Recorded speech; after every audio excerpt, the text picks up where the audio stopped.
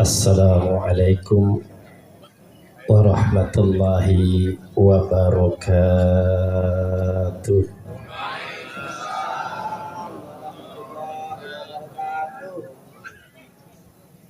Bismillahirrahmanirrahim. Alhamdulillah. Alhamdulillahilladzi waffaqana li ada'il ibadat wa awfaqana ala kayfiyati iktisabis sa'adat. Ashhadu an la ilaha illallah wahdahu la syarika lahu syahadatan tunji qailuha minal muhlikat. Wa ashhadu anna Muhammadan abduhu wa rasuluhu bi afdhalil ayati wal mu'jizat. Sengaja saya berhenti biar kelihatan ganteng di foto ya.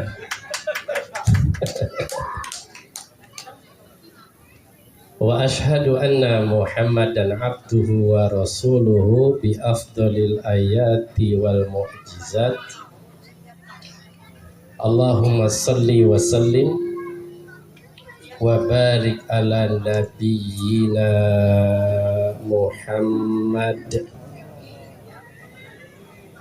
wa ala alihi wa sahbihi bihasbi ta'akubil awqati wan nanaat amma ba'd.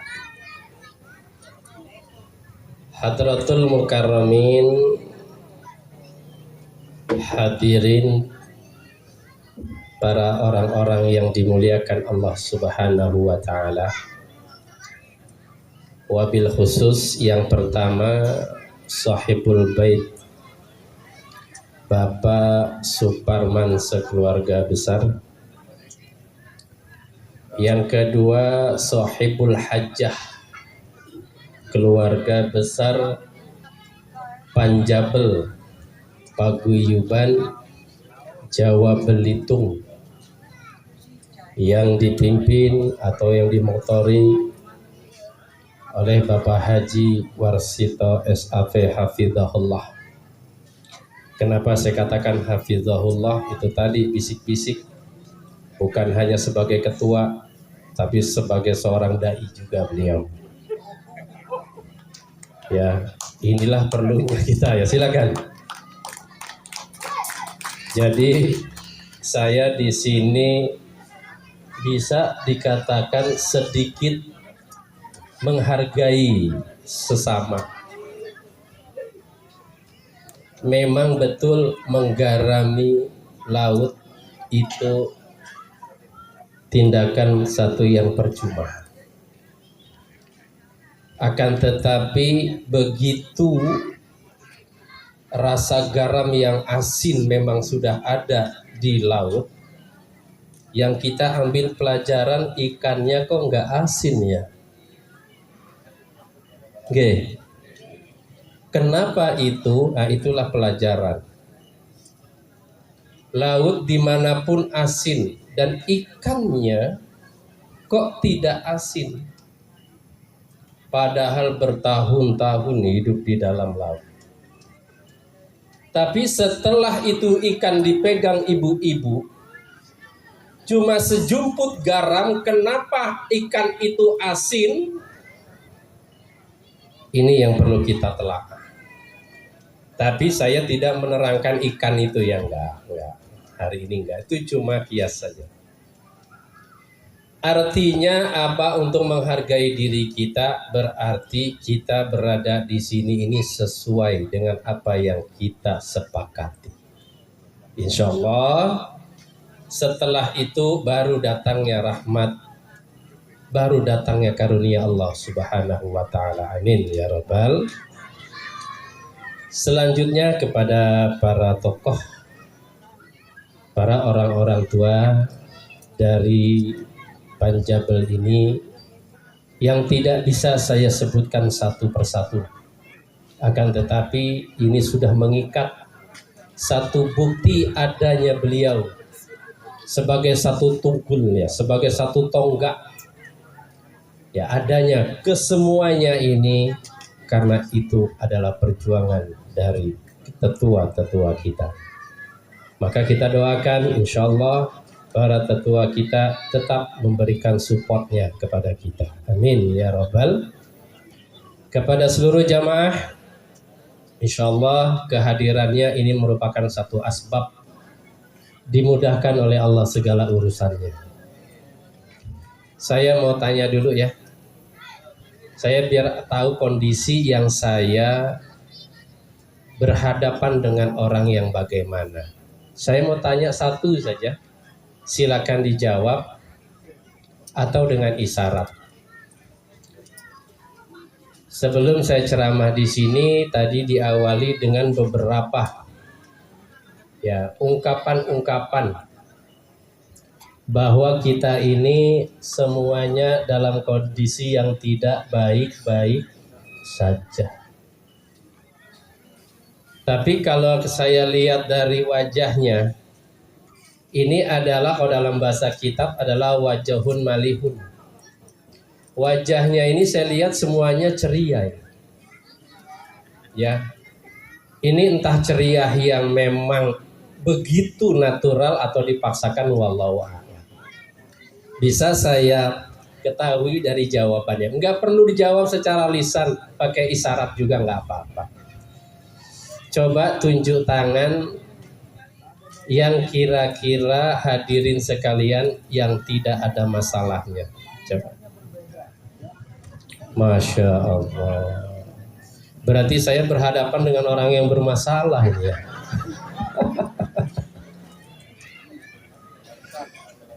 Baik, Pak Ketua tadi mengisyaratkan.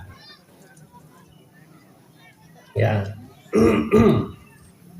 Maksud ya saya maksud ya. Maksud. Pak Ketua tadi mengisyaratkan bahwa suksesnya satu organisasi, satu perkumpulan, satu wadah itu karena 4. Maka di sini saya berinisiatif, saya pun tidak boleh lebih dari Pak Ketua menjelaskan dulu. Kan gitu ya? Sepakat dulu kita ya. Kalau Pak Ketua ini 4, maka saya tidak boleh lebih apalagi kurang dari 4. Berdasarkan apa yang tadi diungkap. Memang kita dalam situasi yang dalam kondisi tidak baik-baik saja. Pernah saya singgung pada pertemuan saya yang pertama di Panjabel itu, yang di Sijuk ya. Itu ada prinsip-prinsip orang tua kita menjalani kehidupan dengan berbagai macam keadaannya. Dengan 4 prinsip, tapi baru saya sampaikan 3 prinsip. Tapi bukan itu sebenarnya yang saya sampaikan malam ini, tapi hanya untuk mengkolaborasi atau mengkorelasi agar supaya kita bisa menyambung dari apa pesan-pesan orang tua kita. Tadi disampaikan sama Pak Ketua bahwa dimanapun terkhusus di Belitung ini pasti ada pendahulu kita. Dan hebatnya memang pendahulu-pendahulu kita itu berprinsip tentang kehidupannya itu sangat ringan prinsipnya, tapi menakjubkan. Ringan prinsipnya, tapi sangat menakjubkan. Kalau masih ingat, 1. Prinsip orang tua kita hidupnya adalah dengan makna ketauhidan, percaya wae karo sing gawe. Ini kudu di bahasa kasar cekel. Sekali lagi, prinsip orang tua kita sederhana tapi kuat secara tauhid, hubungan hamba kepada Khalik, hubungan makhluk kepada penciptanya. Apa? Percaya wae karo sing gawe. Maknanya simpel hadirin. Manusia tidak percaya dengan manusia saja bermasalah. Pemerintah tidak percaya dengan rakyat bermasalah. Rakyat tidak percaya dengan pemerintah malah bermasalah. Ringan. Makanya ini satu bahasa orang tua kita menitipkan agar supaya siapapun nanti kehidupan ke depan pegang prinsip ketauhidan ini. Nah, alhamdulillah tuh. Kita sudah jabarkan agar supaya ingat saja. Yang kedua, ini lebih enak nih, enak benar ini yang kedua ini. Orang tua kita itu enak betul yang kedua ini. Setelah percaya, yakin dengan yang menciptakan, maka yang kedua, apa hubungan manusia ini supaya populasinya baik. Banyak anak,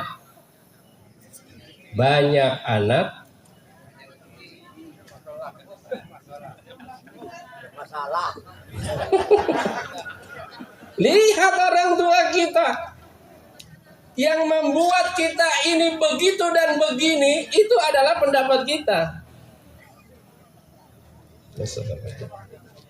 Tapi orang tua dahulu mengatakan banyak anak, banyak selesai. Makanya sangat wajar uang-uang bien. Amin, gak ini bahasanya kasar. Uang-uang bien ini paling setitik anak piro.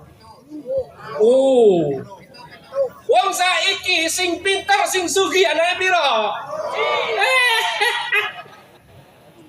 Nggih. Wala, jangan ke situ.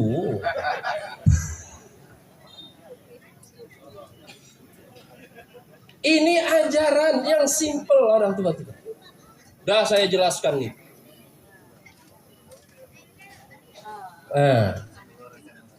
Nah, kalau saya menyandur daripada obrolan nih, gamelan nih nggih, karawitan nggih. Wong tua iso ngurusi anak 10. Ini berarti apa? Kalau anak sedikit eman-eman. Skill wong tua iki kata. Skill orang tua ini banyak. Tapi nggak apa-apalah semuanya itu qadarullah. Yang penting orang tua kita berpesan, banyak anak, banyak rezeki. Selesai. Ekonomi sulit, cari pekerjaan susah. Kata orang tua kita, ake anakmu. Selesai. Oh, itu saya pegang itu. Iya, kecil-kecil begini, masih muda begini, anak sudah 5. Alhamdulillah. Mumet. Sombong orang mumet. Oke. Maaf, ini bahasanya terlalu kasar nggih. Maaf nggih. Campur-campur mau nggih. Gado-gado. Yang ketiga yang sudah saya sampaikan. Ini lebih nggak maksud akal kita. Mangan. Orang mangan. Lah ini. Makin kebeblas nih. Orang dahulu mungkin paham. Bukan perkara makannya, yang penting perkara kumpulnya. Tapi wong saiki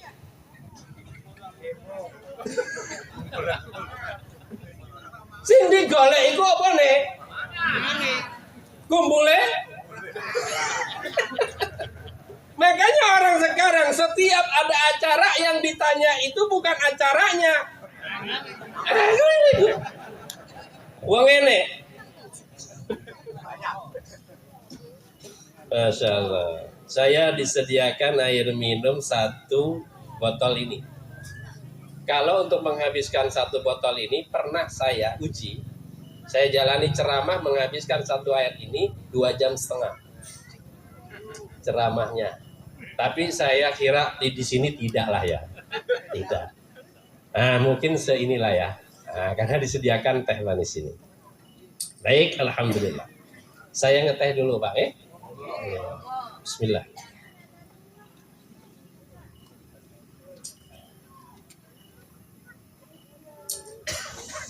Alhamdulillah. Yang keempat yang ingin kita sesuaikan dengan tema kita. Nih, prinsip orang tua kita. Ini saya yang kalau membawakan yang keempat harus agak berdiri. Nanti saya duduk lagi. Yang pertama tadi apa? Percaya wae karo sing gawe kali. Banyak anak, banyak rezeki. 3. Mangan ora mangan, sing penting setelah kita analisa, ada makanan, ada manusianya lazim. Tapi kalau kita balik, enek panganan enggak enek wonge, sesajen. Oke. Tuh. Jadi tenang saja, di mana manusia itu banyak, pasti makanan ada. Itulah intinya. Selesai itu yang ketiga.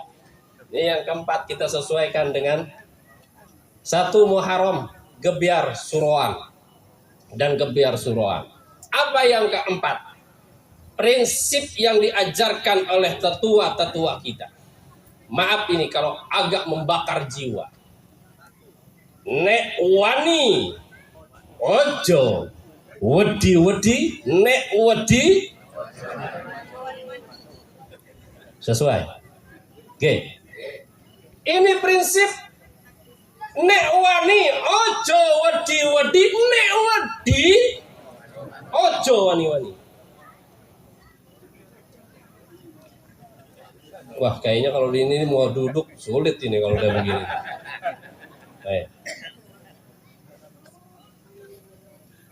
Ini di dalam 1 Muharram.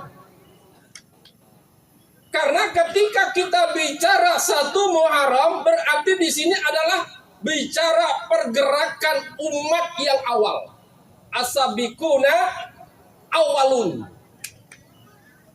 Karena di tahun inilah Allah Subhanahu wa Ta'ala memerintahkan kepada nabinya, memerintahkan kepada rasulnya untuk bergerak. Yang dikatakan hijrah. Harus pindah, mau tidak mau atas perintah. Pindah dari mana? Dari tempat asal, tanah kelahiran, menuju kepada tanah yang belum tentu bagaimana nasibnya. Makanya sangat lazim, sangat lumrah ketika kita pelajari hijrah. Tidak, para sahabat tidak semua sama dalam berhijrahnya. Kenapa? Karena ketika berhijrah taruhannya banyak sekali.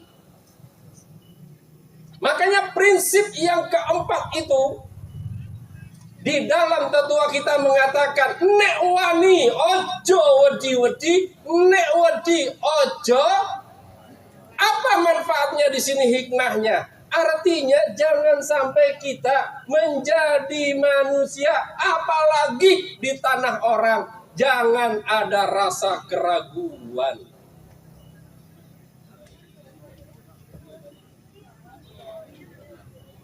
Kalau semuanya serba ragu, tidak akan maju. Main gamelan iki nggih. Mukulnya ragu, suaranya fales. Ting tang ting tong ting. Lirik kalau kancane. Kenapa? Ragu dia ngetuk. Apa saja yang namanya dalam keraguan pasti seperti itu. Makanya tadi alhamdulillah dapat ujian dari Pak Ketua ya. Saya hadir di sini menggantikan sosok yang lebih. Ya. Insya Allah doa kita bersama saya bisa mengikuti jejak yang dimaksud itu. Amin. Artinya apa? Ketika memang kita ini sudah tampil, ketika kita sudah berjuang, semuanya hilangkan keraguan. Menjadi aparat, jangan jadi aparat yang ragu. Tuh. Saya tidak bilang palsu ya, ragu. Jangan ditarik kemana-mana. Ya, jadi apapun jangan ada keraguan. Ini yang diajarkan oleh tetua-tetua kita. Da'ma yuribuka ila mala yuribuka. Tinggalkan keraguan dan menujulah ke arah yang tidak ragu. Apapun yang ada di hadapan kita, rawe lantas.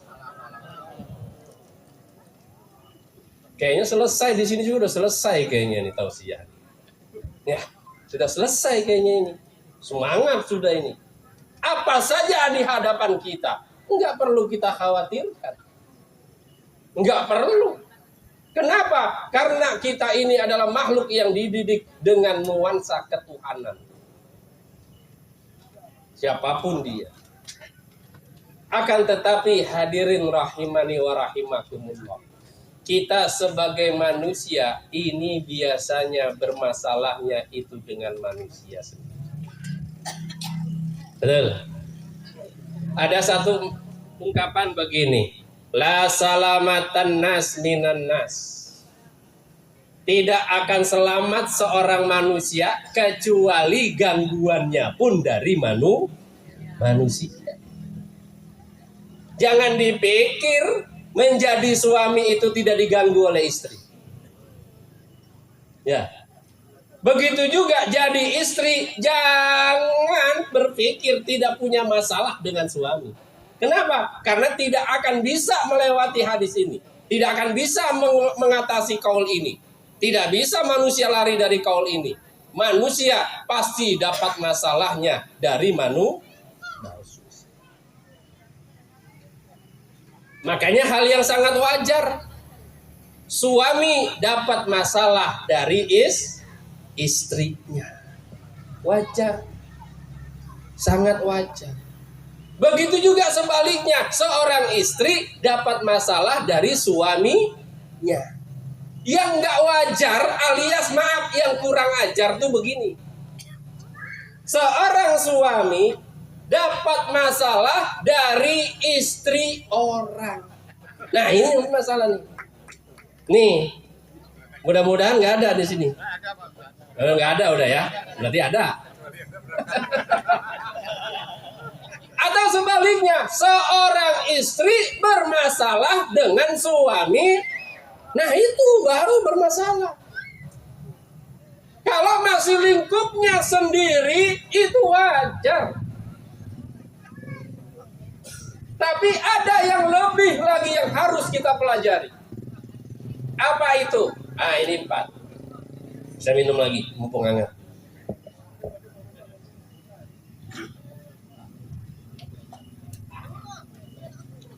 Baik, saya ambil dari penjelasannya Imam Nawawi rahimahullah. Kata beliau begini. Maaf ya kalau ini bahasanya terlalu menggurui nih yang ini nih. Maaf sekali. Kata Imam Nawawi begini. Arba'atun jawahira fi jismi bani Adam wa yuziluha arba'atun asya. Ada 4 perkara yang potensi manusia menjadi mulia, jawahir, akan menjadi mulia. Dan ada 4 perkara pula yang akan menghancurkan 4 kemuliaan itu. Kenapa ini perlu kita pelajari? Rupanya kata beliau, keempat-empatnya ini potensi mulia dan yang akan 4 menghancurkannya pula itu fi jismi bani Adam. Itu ada di seluruh makhluk, di seluruh manusia, pada diri manusia itu sendiri.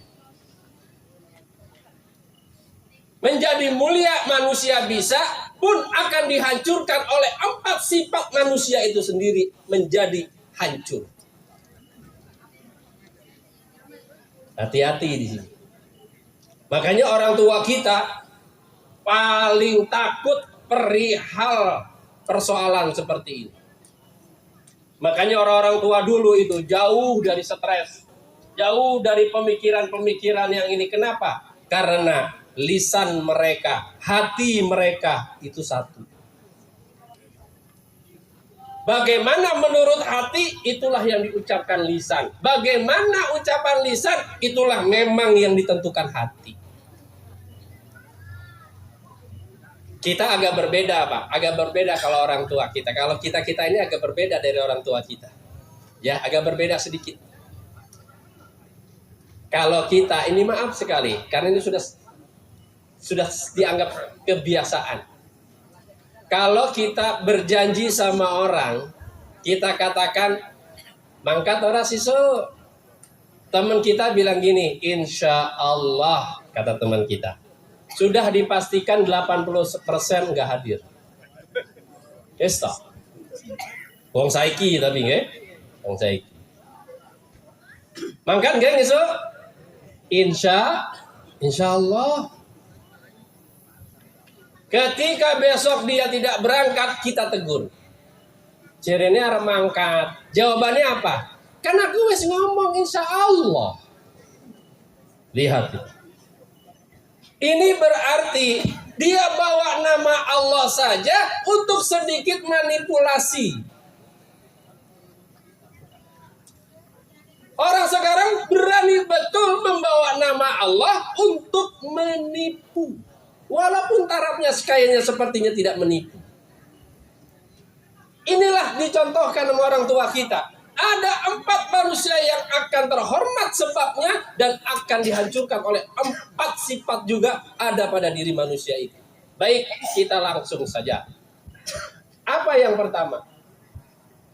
Yang pertama amal jawahir. Adapun yang akan potensi menjadi manusia mulia, yang pertama adalah al-aqlu. Udah ketahuan ini? Apa artinya al-aqlu? Akal. Saya bimbing ya. Kalau kita mendengar kata akal atau kita ditanya akal itu kira-kira di tempat bagian tubuh kita itu di mana? Akal. Di tangan? Di dada? Atau di mana? Akal. Di kepala. Lebih dalam lagi tempatnya akal di mana? Otak. Ya, di otak. Otak itu artinya adanya di kepala. Ini menunjukkan apa? Tinggi betul kedudukan akal bagi manusia. Manusia dipandang Allah, dia menjadi hambaku. Manusia bisa dipandang sama Allah, bisa menjalankan taat kepadaku. Di antaranya adalah berakal. Nun sewu. Orangnya gagah, perkoso, koyo Gatot, Koco, gagah. Akan tetapi akalnya geser.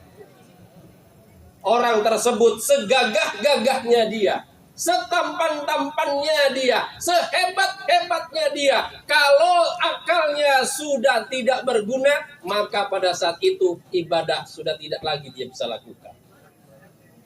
Inilah kekuatannya akal. Akan tetapi sebaliknya, badannya hancur, ada kekurangan pada fisiknya, tapi akalnya masih nyambung, ibadah harus dilakukan. Apa penghancur akal? Penghancur akal rupanya sepele, Pak. Yuzilul aql. Yang akan menghancurkan akal ini adalah ghadab. Akal kita yang mulia, yang akan mengangkat derajat kita, itu akan hancur. Karena apa? Ghadab. Apa arti ghadab? Temperamental, pemarah. Imam Ali radhiyallahu anhu mengatakan,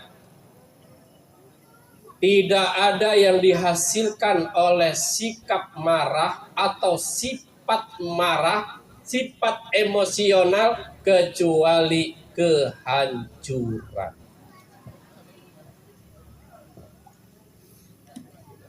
Makanya luar biasa.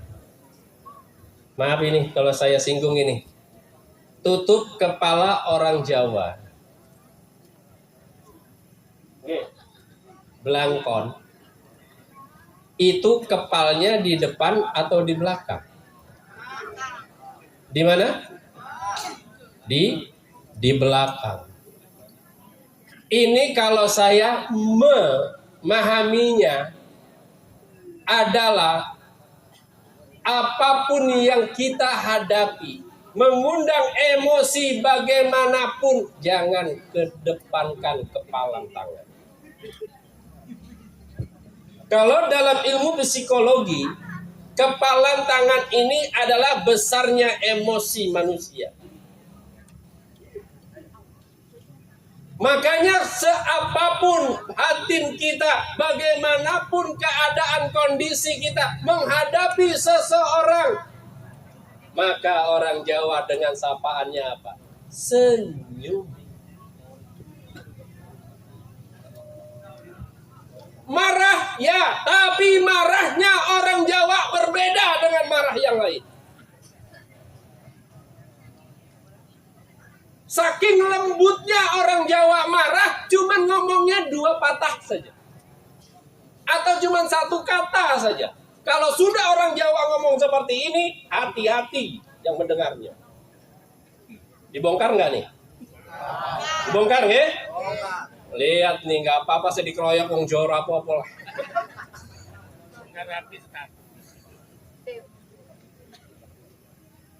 Orang Jawa memang dididik tidak boleh terlihat temperamental. Cara kerja orang Jawa itu ibarat orang yang sedang mencangkul. Makanya saya kalau kemana-mana di persatuan wong Jawa di mana tempat, saya tidak sanksi kalau wong Jawa gimana. Kenapa? Karena mental cangkulnya ini, mental mencangkulnya ini yang luar biasa. Kenapa saya katakan seperti itu? Orang mencangkul ada tidak yang tegak dirinya? Ada. Orang sedang mencangkul begini. Gimana orang mencangkul? Nunduk tapi tetap bekerja. Terserah orang mau ngomong apa, sing penting iki lahanku. Maksud? Bukan tanah kelahiranku, tapi sing tak cangkul iki wilayahku. Iki lemahku. Harus ngomong apa?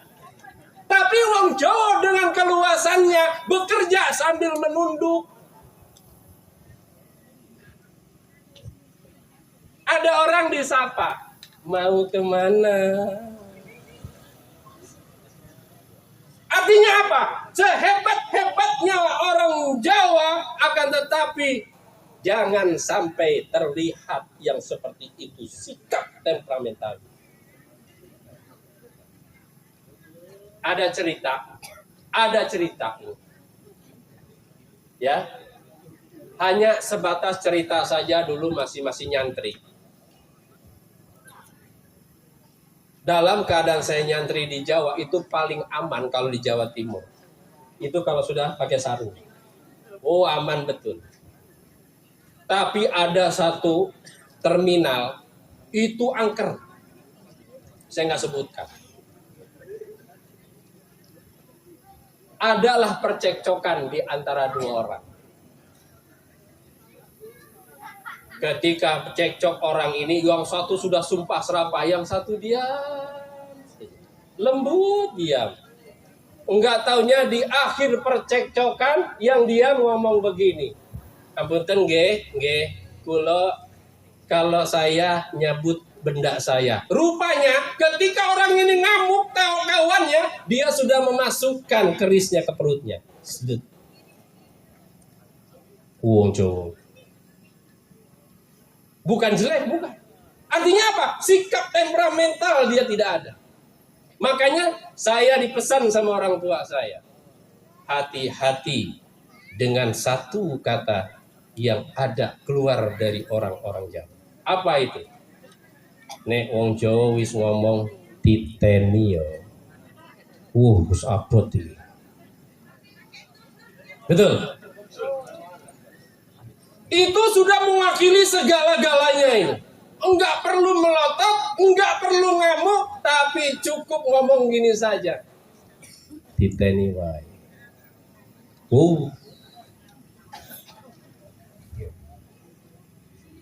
Artinya apa? Semuanya yang saya katakan bagian ini, apa saja, mau lembut caranya, mau kasar caranya, kalau itu terjadi karena sifat marah, akan menunjukkan semuanya itu kehancuran. Itu. Sehebat-hebat akal kita, kalau sudah dikuasai oleh amarah, yayu ora kenal adik, kakang ora kenal adik. Wes iku ademu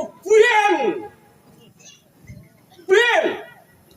Wes izin ora apa-apa. Men ngerti sopo aku. Masya Allah. Kalau sudah seperti ini, jatuh sudah manusia ini. Sudah tidak berwibawa lagi. Habis sudah potensi manusia menjadi orang mulia. Hancur. Kedua, masih sanggup ini? Siap. Sampai 4 ini. Ya, saya percepat saja. Yang kedua, apa yang kedua potensi manusia menjadi mulia? Yaitu adalah ad-din, ay makna al-yakin, yaitu keyakinan. Keyakinan. Di sini saya soroti dulu. Kenapa akal didahulukan disebut, baru keyakinan? Karena begini, manusia tadi mengatakan atau melihat sesuatu, bereksperimen apapun itu dengan logika dulu, akal. Maka keyakinan ini yang menjadi potensi manusia mulia agar supaya menyambung. Supaya manusia itu tidak ragu.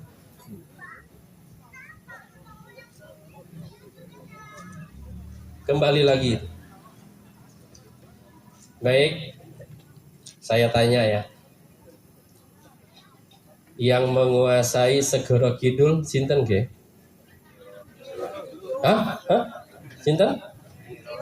Nyi Roro Kidul. Pertanyaan yang kedua, jawab nggih? Nggih. Sudah ketemu dengan Nyi Roro Kidul? Lihat itu Pak, contoh ini. Betapa hebatnya kita itu percaya yang menguasai Segoro Kidul, Nyi Roro Kidul. Tapi kita tidak pernah melihat. Yang saya maksud inilah bukti yakinnya seseorang. Itu yang saya maksudkan. Persoalan keyakinan, mau terlihat tidak terlihat. Kalau sudah yakin, dia akan menuntut apa yang diyakininya. Ini kalau ada dalam posisi-posisi kebaikan, apa yang mustahil? Tidak ada yang mustahil. Dari Jawa mau kemana, mau merantau kemana, tidak ada keraguan dia. Kenapa? Karena dia itu punya suatu keyakinan. Contohnya siapa? Ya kita inilah. Tanpa ragu berangkat. Apapun yang terjadi di sana, itu tadi pegangannya. Percaya wae. Sing demit wae dipercaya, apa maneh sing udu demit. Ngono yo. Nyi Roro Kidul kan demit wae dipercaya, apa meneh dudu itu. Mungkin falsafahnya kurang tinggi, tapi seperti itulah. Tuh. Luar biasa. Ya. Mulia tuh manusia, akalnya sudah bagus, keyakinannya mantap. Apa yang tidak dipegang? Makanya saya katakan begini. Pahlawan-pahlawan kita yang dahulu, atau orang-orang tua kita dahulu, enggak sakti-sakti amat, enggak sakti-sakti amat. Maaf, saya dari keturunan Raden. Maaf ini. Itu kental dengan hal-hal seperti itu. Kental sekali. Tapi setelah saya pelajari sampai Rogo Sukmo dan seterusnya lah ya. Kalau mau ini ya nanti datang saja ya, ya. Tapi alhamdulillah ini sedang menangani kasus yang memang ya berbau-bau seperti itu ya, nggak masalah. Ya. Baik. Jadi kalau kita mengamati sebuah keyakinan yang ada pada diri kita, ini permasalahannya gimana?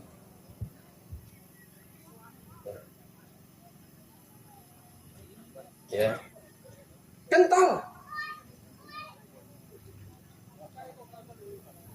Tapi yang terpenting, saya tidak menyampaikan ya, karena ini harus dengan keseriusan, artinya bukan keseriusan, harusnya dengan yang terkhusus lah membahas seperti ini. Ya. Tapi pada dasarnya, hadirin rahimakumullah, Allah berikan, akalnya sudah mantap, keyakinannya sudah mantap,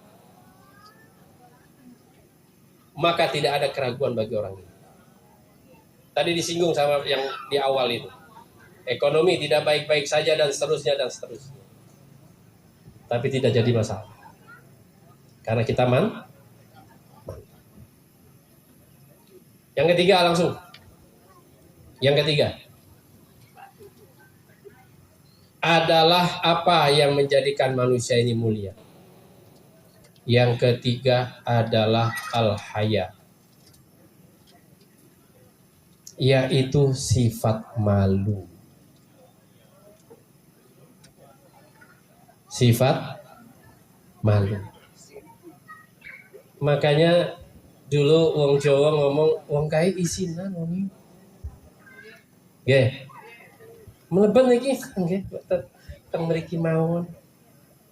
Hebatnya orang Jawa untuk dia menancapkan rasa malu, lapar kayak apapun ketika ditawarkan madang. Madangnya matur nuwun. Sampun kula, padahal perutnya bunyinya kerecak-kerecuk. Tapi karena sifat malunya yang dikedepankan untuk harga diri, untuk muruah, pantangan bagi wong Jawa. Nemangan nanggone wong. Wah, berarti iki kok mangan piye iki? Maksudnya bukan yang itu. Yang lain. Itu memang orang tua kita mengajarkan apa? Isin. Ojo cepat sekali-sekali nadang. Ojo. Kowe mulia le awakmu iki.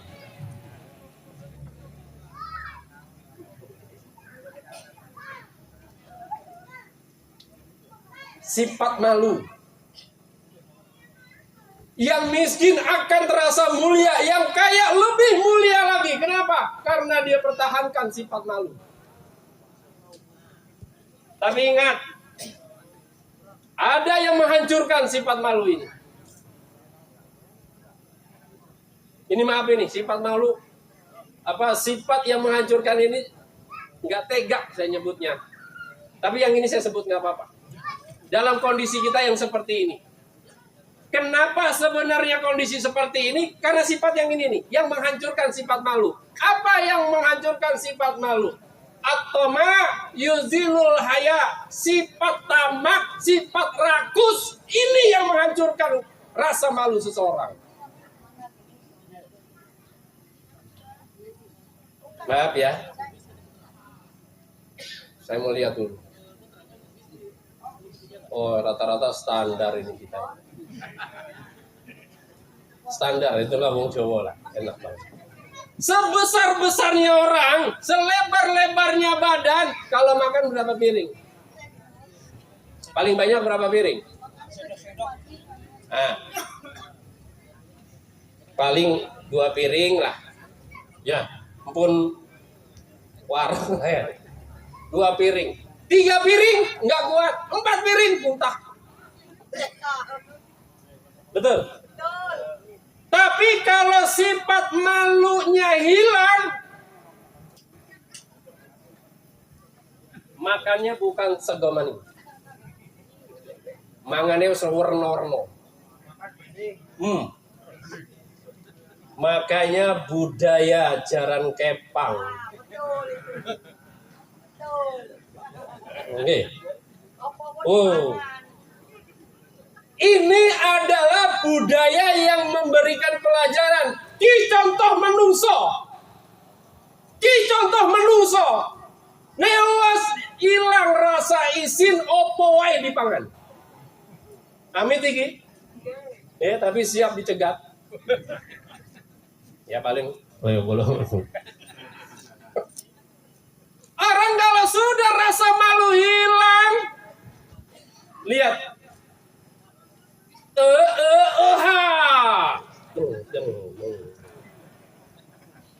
Eneng ngarang dipangan. Eneng kemenyan dipangan. Udah mulai kenyang itu. Mulai. Lewat melebu. Yang saya heran, mau kesurupan nggak kesurupan, kok ayam panggang sih di sasaran. Oke, ayam ini.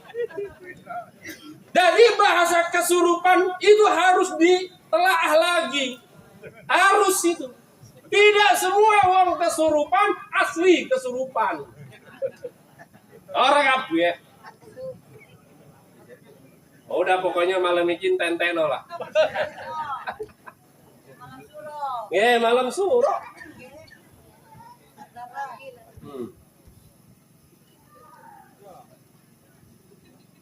Makan lazim manusia itu.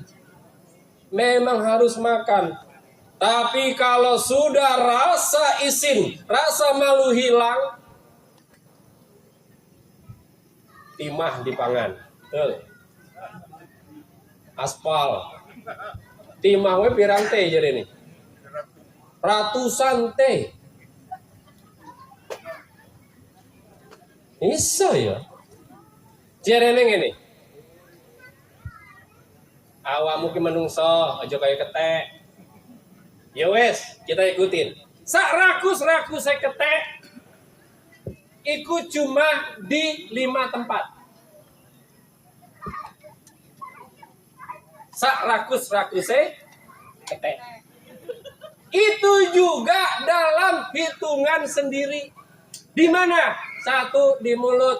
Mulut ketek selebar apa sih? Kalah sama mulut kita, betul?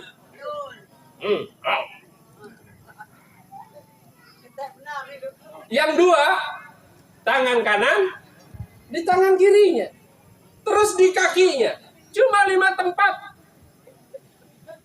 Tapi manusia kalau sudah rakus,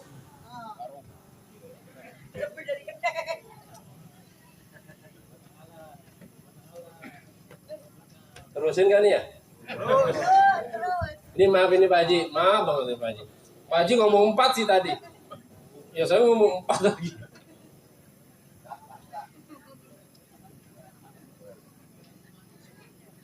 Sifat malu harus sekarang ini kita keluarkan. Harus kita dahulukan. Sifat malu. Kalau orang sudah tidak tahu malu, sudah. Iya. Begitu juga akal. Nek akal orang eneng bimbingan akhirnya dadi wong ngakali.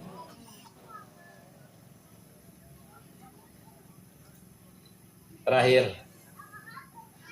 Ya sifat malu kita tinggalkan lah ya. Kapan dua masalahnya. Udah intinya nek ora isin silakan lakukan apa yang kau mau. Nek ora nek isi-isin, nah jaga muruah kita, harga. Keempat, yang terakhir, ini enak ini. Ini enak bener ini sudah nih. Ini udah pesan agamis betul. Yang keempat, manusia itu mulia karena apa? Bi amalis salih. Yaitu dengan perbuatan-perbuatan yang soleh. Soleh artinya apa ya? Pak, arti soleh apa ya Pak? Baik ya? Baik. Oke, dengan perbuatan-perbuatan yang baik. Cuman di sini yang saya mau tegaskan, kenapa ketika amal itu sandingannya kalimat baiknya bukan yang lain, pasti soleh. Enggak pernah kita lihat amalut thayyib, enggak pernah. Atau amalul khair, enggak pernah. Yang ada apa? Amal soleh. Padahal soleh, khair, thayyib artinya sama saja itu. Itu dalam mufradatnya sama aja. Thayyib artinya apa? Baik. Khair, baik. Soleh. Tapi kenapa di dalam agama kalimat amal, kalimat perbuatan tidak disandingkan dengan thayyib? Pasti disandingkannya dengan soleh.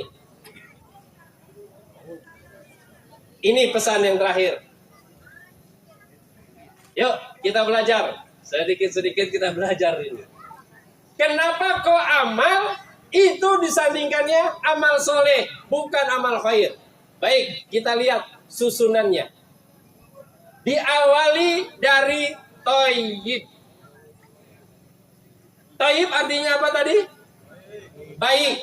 Maka thayyib yang artinya baik ini punya dominan.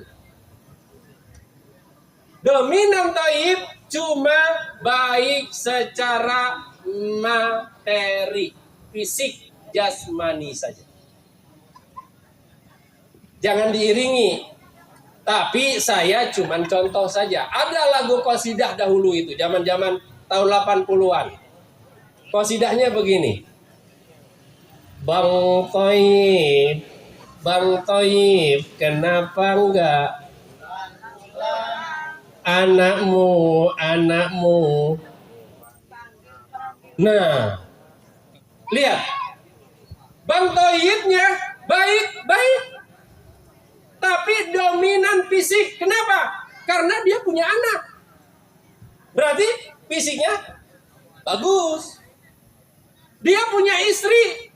Berarti fisiknya bagus. Yang nggak bagus apanya? Enggak pulang-pulangnya. Jadi betul banget ini syair ini. Ini saya yakin. Ya, yang membuat syairnya ini ngerti nih tentang tata bahasa Arab ini. Coba Bang Khoir, nggak pas. Jadi thayyib itu adalah kebaikan yang standar ukurannya hanya seputar dominan jasad.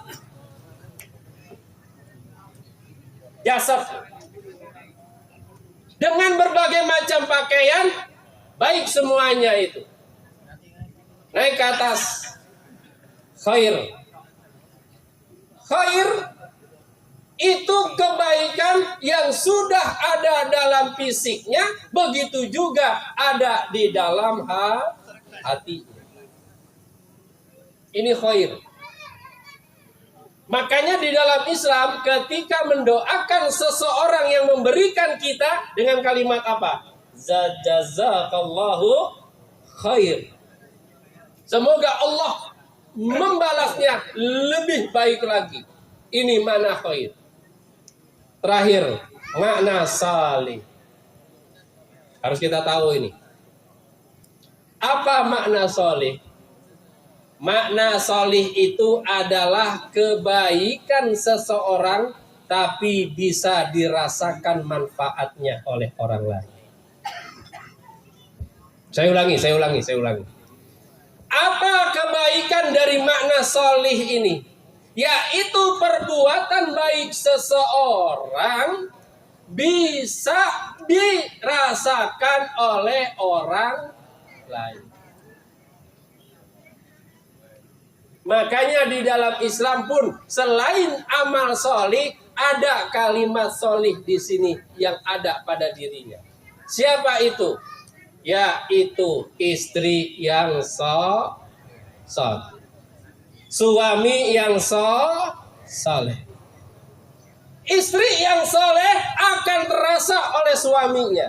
Suami yang soleh akan terasa oleh istrinya. Kalau Bang Toib kurang soleh. Jadi jangan menyangka istri saja yang solihah, tapi suami juga harus punya itikad solih ini. Cuman lebih dikedepankan di dalam Islam ini, kenapa sih harus istri yang solihah? Yuk kita lihat dari kalimat ini untuk supaya kita ambil kesimpulan. Ini terakhir yang ketiga kali saya mengucapkan. Terakhir ketiga kali. Tadi kan 4. Berarti masih ada 1 terakhir lagi. Baik, kita contoh.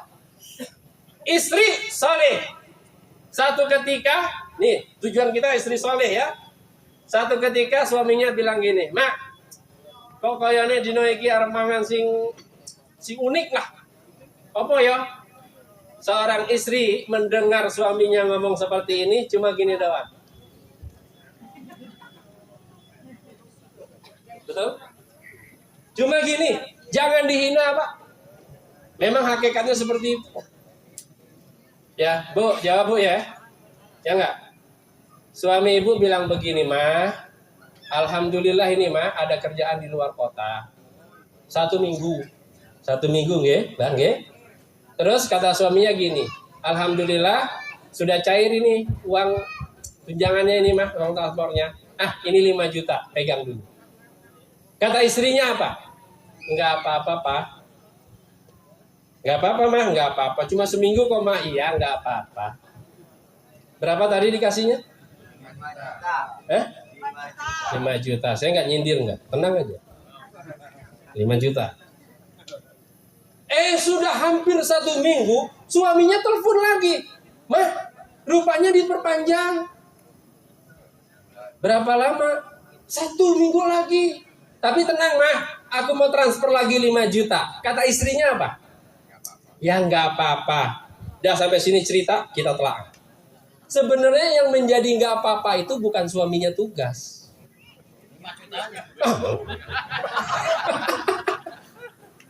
Karena memang begitu. Nggak apa-apa suami nggak ada di rumah. Yang penting nyekel. Lumrah. Tapi Islam bukan menyoroti itu. Yang Islam soroti adalah solehahnya. Makanya di sini kita akan cerita. Kata istri, Mah, 3 remangan sing pokoknya sing kenang-kenangan. Istrinya nggak bilang arep masak kopora. Cuma begini saja. Ini udah langsung dikasih sama suaminya. Berapa tadi? 5 juta.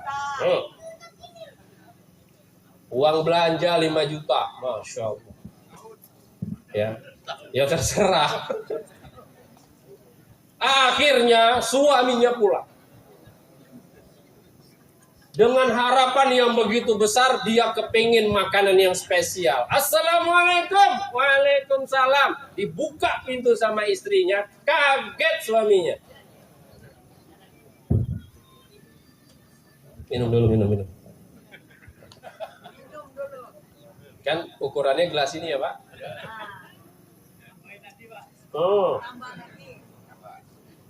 Nggih, saksi nggih. Masih enten nggih. Kaget suaminya. Kenapa? Kok aroma masakan tidak tercium? Tapi suaminya karena tidak emosional, sudah belajar tadi tuh. Yang kedua itu, yang pertama itu nggak emosi, nggak marah dia. Dia ikutin saja. Ini Pak, apa? Bapak mau makan? Iya. Itu nasinya, itu sayurnya, itu lauknya, yang lainnya di kulkas. Pertanyaannya, istrinya baik nggak yang begini? Baik. Cuman tingkatannya baru toyib. Enek panganan kae, sisanya di baik berarti istri ini.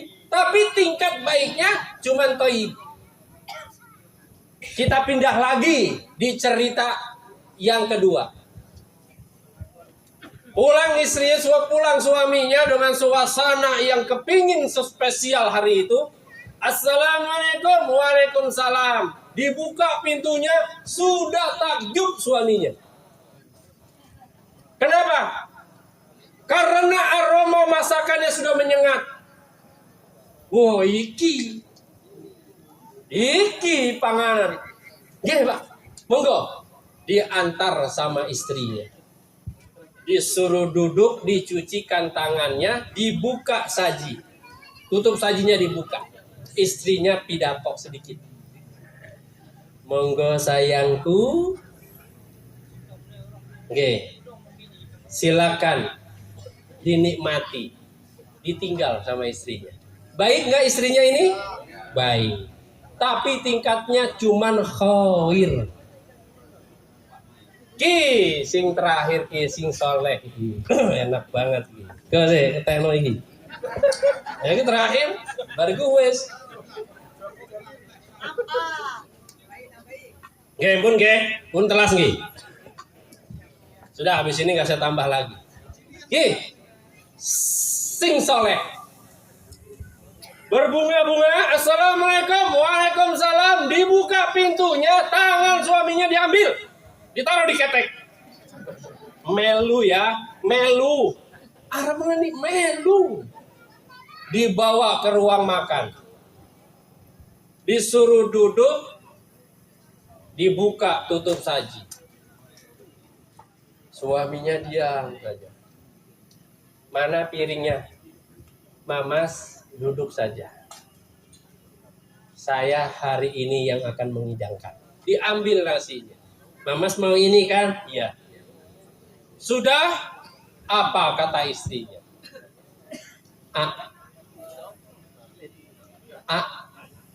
Bingung suaminya ini. Ayah, aku suapin hari ini.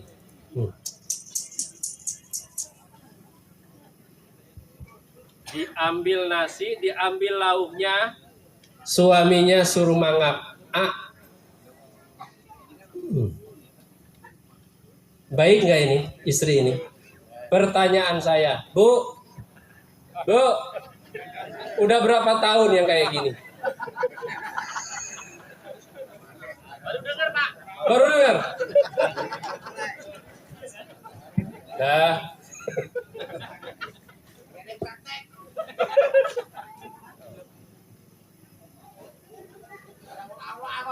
Suami nggak perlu pujian lewat lisan istrinya, nggak perlu. Suami digitukan saja sama istrinya, hatinya sudah sebesar gunung Uhud.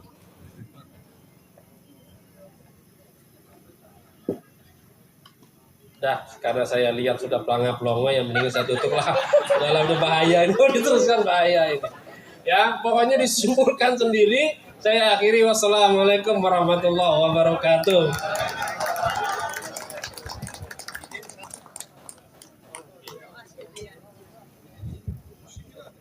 Tuh kan ada penambahan, dibilang terakhir ada penambahan doa.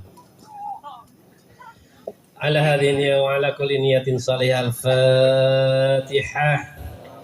أعوذ بالله من الشيطان الرجيم بسم الله الرحمن الرحيم الحمد لله رب العالمين الرحمن الرحيم مالك يوم الدين إياك نعبد وإياك نستعين اهدنا الصراط المستقيم صراط الذين أنعمت عليهم غير المغضوب عليهم ولا الضالين استغفر الله العظيم لك الحمد يا الله يا مولانا يا معبود يا كريم اللهم صل وسلم وبارك على محمد في الأولين والآخرين وبارك وسلم ورضي الله تبارك وتعالى عن كل صحابة رسول الله أجمعين بسم الله الرحمن الرحيم الحمد لله رب العالمين اللهم صل على محمد وعلى آل محمد اللهم اغفر لنا ذنوبنا ولوالدينا وارحمنا وارحمهما كما ربيانا صغارا اللهم اجعل لنا ديننا نبينا محمد صلى الله عليه وسلم وإيماننا إيمان المؤمنين وإسلامنا إسلام المسلمين وصلاتنا صلاة الخاشعين وقيامنا قيام الخائفين وركوعنا ركوع المتوضين وسجودنا سجود المتضرعين ونيتنا نية المخلصين وأعمالنا أعمال الصالحين وذنوبنا ذنوب المستغفرين وحياتنا حياة العلماء وموتنا موت الشهداء وصرنا غدا يوم القيامة في زمرة الأولياء ودخلنا جنة مع الأنبياء ربنا هب لنا من أزواجنا وذرياتنا قرة أعين واجعلنا للمتقين إماما ربنا آتنا في الدنيا حسنة وفي الآخرة حسنة وقنا عذاب النار وصلى الله على محمد وعلى آل محمد سبحان ربك رب العزة عما يصفون والسلام على المرسلين تقبل الله منا ومنكم